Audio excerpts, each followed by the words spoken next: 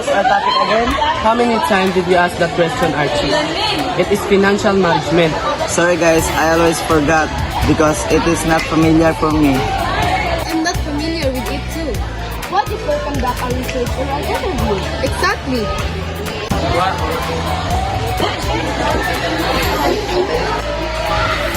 Are you guys confused on what is financial management about? Yes. Can you explain it and help us? Financial management is the business function concerned with profitability, expenses, cash, and credit. But if you need more explanation, you can refer you guys to my friend who graduated in financial management. She will help you with your inquiries. Financial management, you may ask? Hello everybody! Today we will be tackling about the world of financial management. So for a little information, financial management is the practice of handling companies' finances that allows it to be successful. Are you ready guys? We will interview someone, right? Yes, we're interviewing anyways. So we will be interviewing someone that works at IMCO as currently as financial manager. So let's go!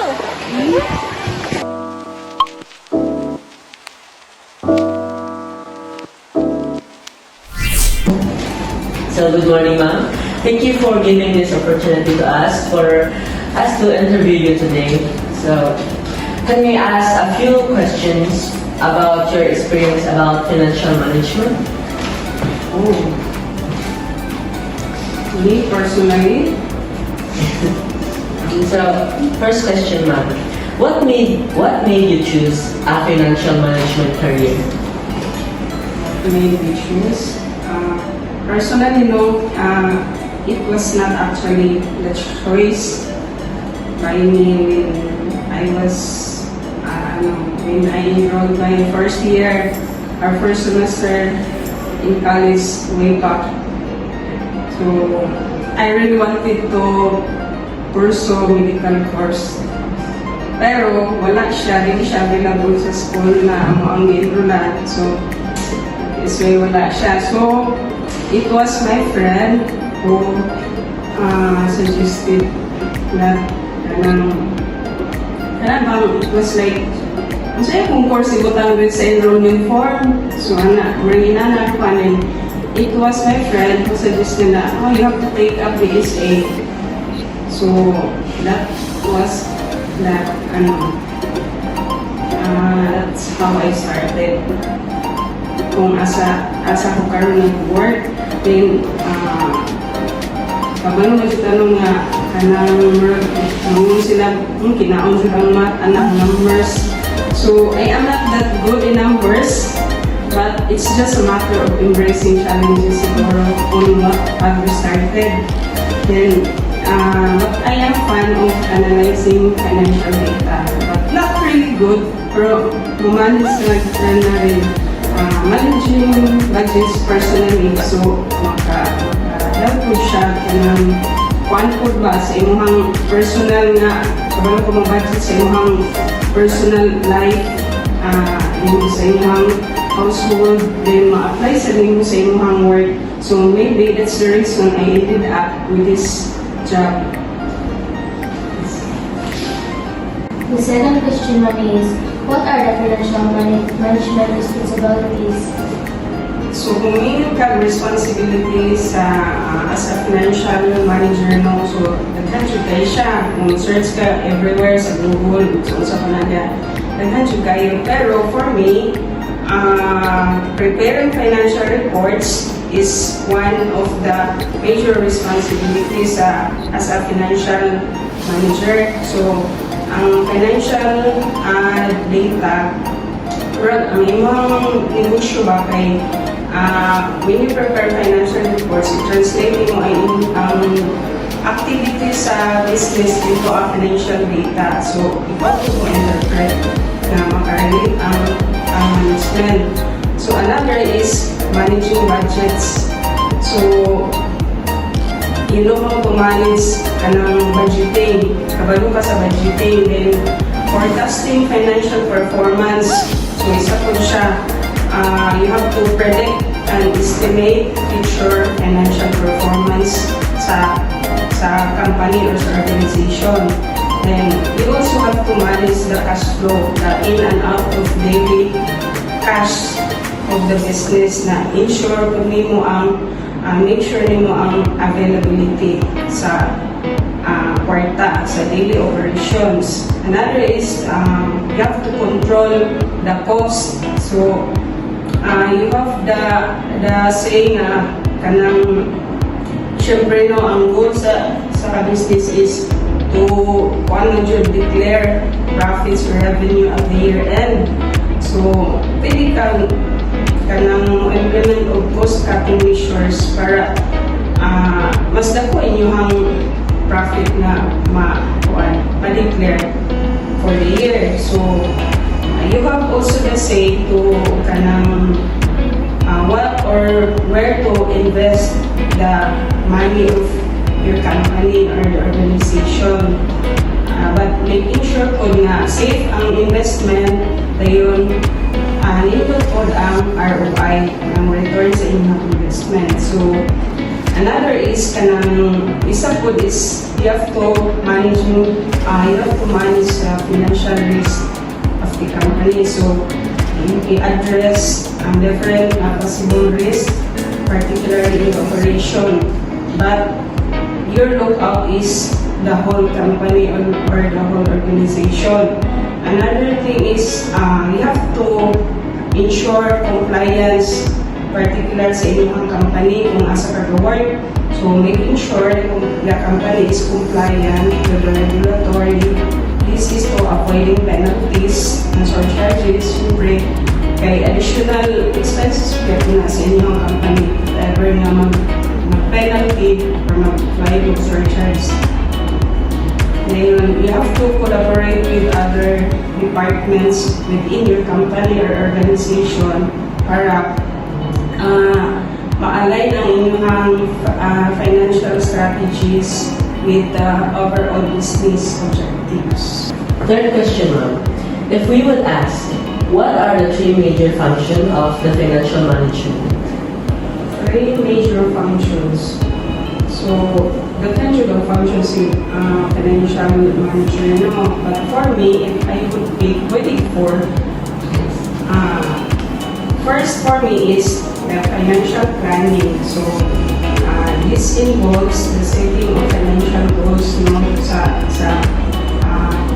financial planning. So, very good that pwede mag-develop o ka ng budgeting. Then, ako'y po dili ang forecasting sa future financial performance as a company. So, kung equip ka nakaka-ani, so, it could help the company to allocate resources efficiently and effectively. Another is financial analysis.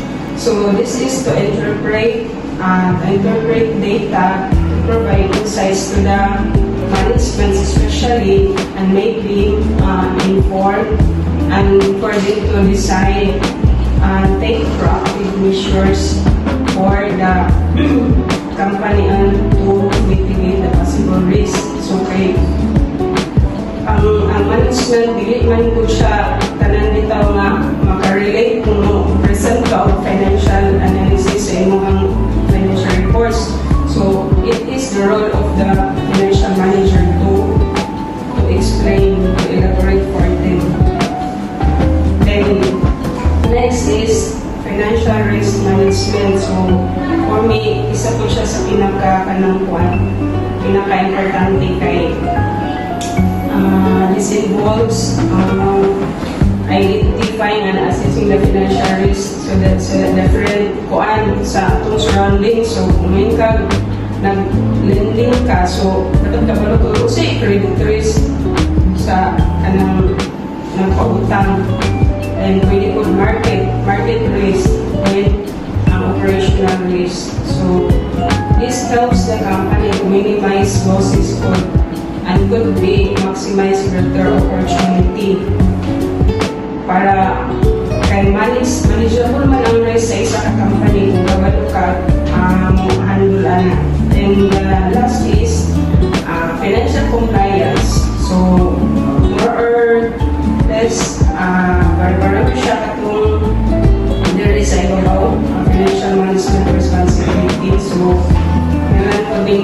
adhere ang different relevant laws, policies and standards sa relating to finance and accounting, like AIR tax compliance. So, regular reporting to the regulatory, either kung cooperative ka, like sa inyo. So, ang regulatory naman is ang cooperative development authority.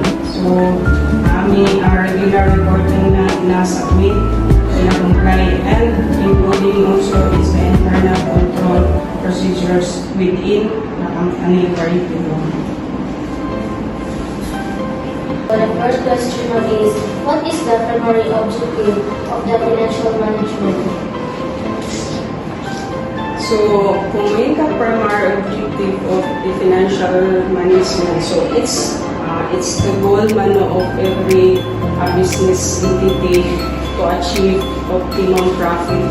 So, from the operation, so to have an investment ROI at its maximum level.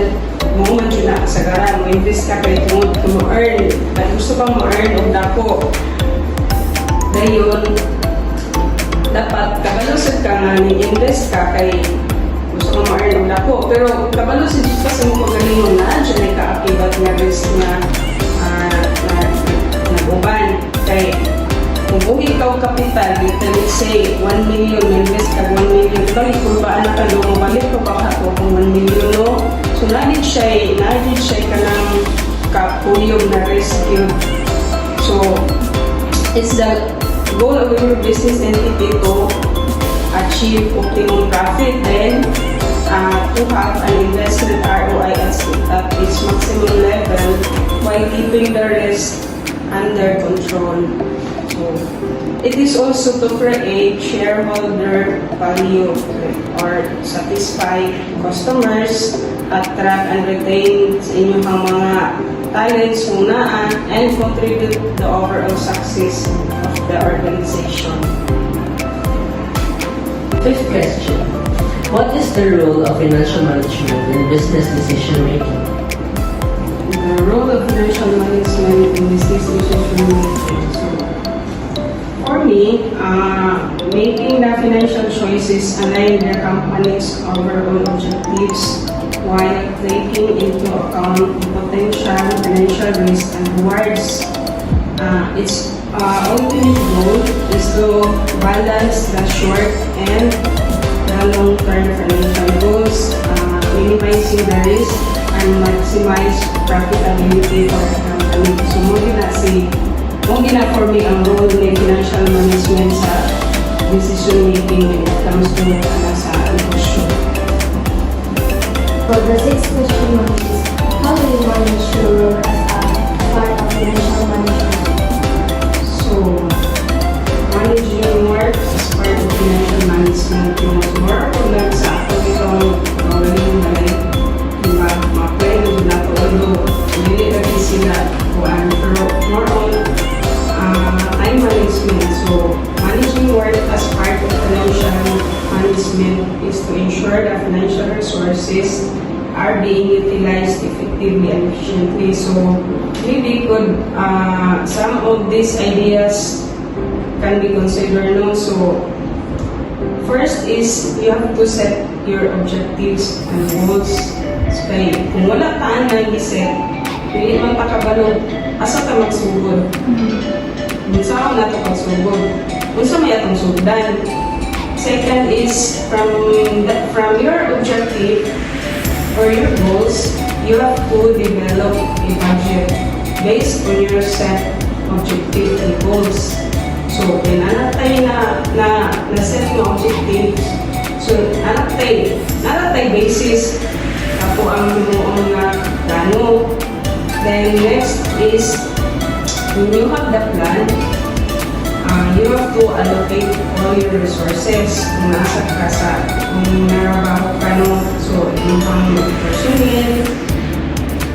Then next is, you have to monitor their performance. Not only the performance of your staff, but the performance also of the entire company or organization. evaluation. Then, after the evaluation, you have to, after sa monitoring sa performance, that's the time na you have to evaluate the results sa imong mga plano, sa imong budget na nimo. Marshall, target versus actual. So, next is, if ever na evaluation, no? So, you have to adjust plans as needed based on the evaluation results to improve also the performance. So, target versus actual. Kung asa ka kinahanglan mo improve kung dako, kailangan ka anak na dapit. So, you have to adjust plans according to your plan, according to your evaluation, and communicating financial performance and your future plans. So, ma'am, second question. Tell me about your experience in finance. Experience in finance. Although I am not actually hands-on sa finance, no, kay diri man gud sa info office per lahi-lahi may division. So accounting division is lahi, finance division is lahi. So lahi po siya ang nakatutok dito. But based on experience lang in finance, more kanang dependent siya sa kanang individual preferences, no, sa imong career o sa imong personal values. So siguro kay per division is namin giset na target. Dapat mo perform ka ani monthly, dapat mo perform ka ani weekly. So siguro if ever kanang, for example, close na significant deal with client, siguro kanang kay aware man rin na mga banks kalandaan is nag-visit din sila ng establishment kay para mang-convince sila ka ng depositor, no, mga ganito na depositor. So for me, kung na kay makalos nga din mag-deposit o say 5 million, so it's up nakulagin siya kayong kanangkuan sa inyong ma-uplift inyong kanang feelings ba, ay naka-close kukuan inana siya ako ang kuan finance ngayon. Pwede po siya kung nga kayo na-implement nga kanang strategic na initiative then successful siya, so maybe it's a one way po na consider mga experience when it comes to finance. So the end question now is, how do you approach risk in financial decision making? Approaching risk in financial decision making. So, managing risk in financial decision making involves you have to identify the potential risk. So, you have to assess the impact and the probability of that particular risk. And you have to develop strategies to mitigate the risk. Then you have to monitor it regularly and others. So, I think kung kani siya nga ma-approach, imuhang ma-build bitaw kay makatabang siya nga imuhang financial decisions sa inyong company, more siya nga financial decisions are made with a clear understanding on whatever potential risks and benefits as well. Marag ma-manage na mo siya, kabalo na kung saan pag-handle. So, wala problema. Marag dili na kayo ka-affected ba kung naagra ko in the future. Kay kanang naka-ready na imong kumpanya, naka-ready na imong mga plans.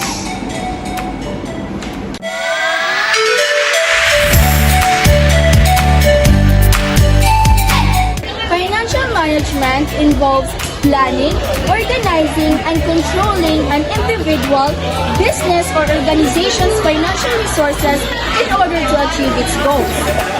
also includes budgeting, investment decision, risk management, and overall strategy.